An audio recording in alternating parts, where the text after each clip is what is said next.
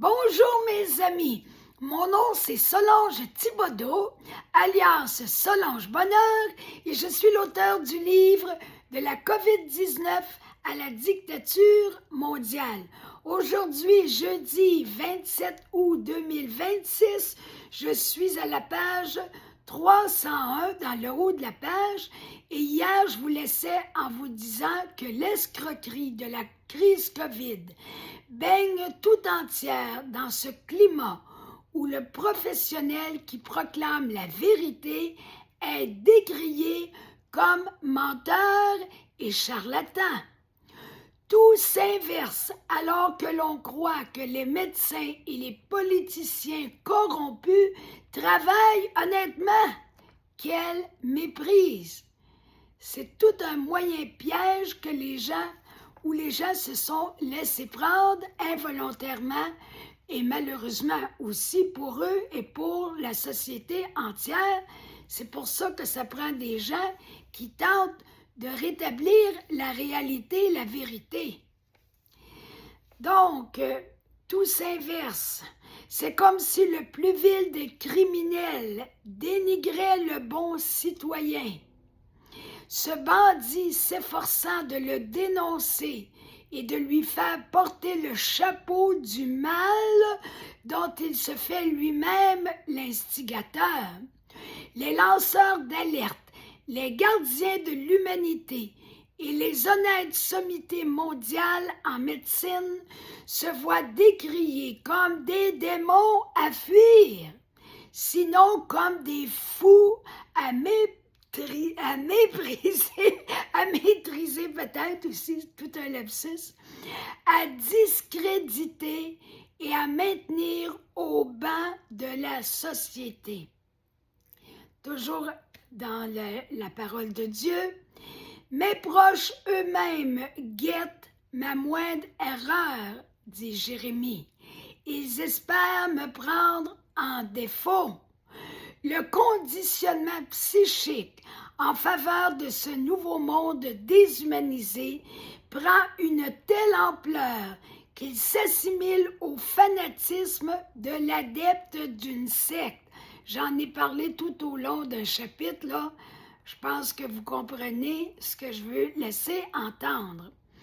Un dévot endoctriné qui s'applique à l'observance totale de ses règles, à la pleine consécration de son absolu, un absolu qui se place au-dessus de toute autre considération ou valeur. Les liens familiaux et amicaux ne font plus le poids face aux idéologies sectaires de notre monde sous emprise. Si les gens passent les règles et les injonctions des gouvernements au-dessus des liens amicaux et familiaux, c'est précisément parce qu'ils sont sous emprise. Dans un langage plus commun, ils sont pris par un lavage de cerveau. Voilà pourquoi même les proches des prophètes d'aujourd'hui guettent leur chute ou leur moindre bévue. Ils rêvent de les prendre en défaut, toujours au nom d'un absolu perverti, entre parenthèses, une sorte de faux Dieu qui prime sur tout et sur tous.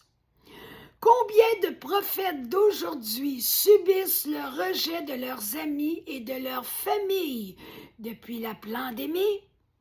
Tout cela au nom du délire d'une société qui perd son sens critique, son esprit rationnel, anesthésié par la peur de la maladie et de la mort depuis le début de la crise COVID. Une peur induite par les médias et les gouvernements.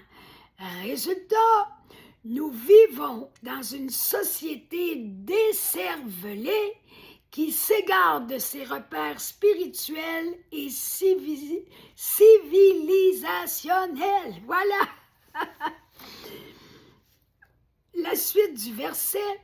Alors, disent-ils, nous le tiendrons et nous aurons notre revanche. Certaines personnes victimes de ce lavage de cerveau régressent tellement moralement qu'elles jubilent à l'idée d'assister à la souffrance des prophètes de ce temps déshumanisé, comme un être cruel et vengeur qui se réjouit à l'idée de voir souffrir son ennemi. Verset 11. Mais Seigneur, tu es fort et tu combats pour moi. Les prophètes d'aujourd'hui, comme Jérémie et tous ceux du passé, ne s'investissent pas seuls dans cette guerre contre le mal et la folie des mondialistes. Il existe un Dieu d'amour, de justice et de vérité qui les inspire et les dirige selon le bien. Cette force divine qui les soutient se révèle la plus grande, la plus puissante du monde. Rien ni personne ne peut l'égarer et encore moins la surpasser. Ce sont mes persécuteurs qui trébucheront. Ils n'auront pas le dernier mot. C'est un autre passage biblique que je viens de lire. C'est écrit dans le ciel et surtout dans la parole de Dieu.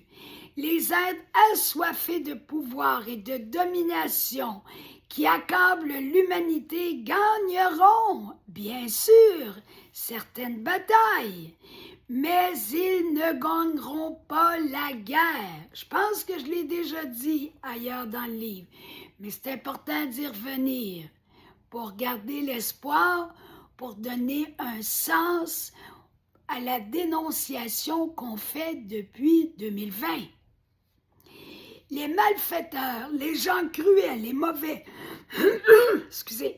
récolteront à leur tour le mal propagé.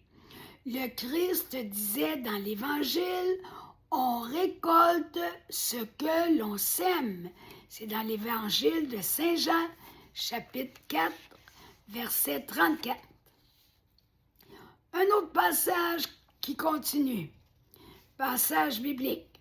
Humiliés d'avoir échoué, ils seront déshonorés pour toujours et personne ne l'oubliera.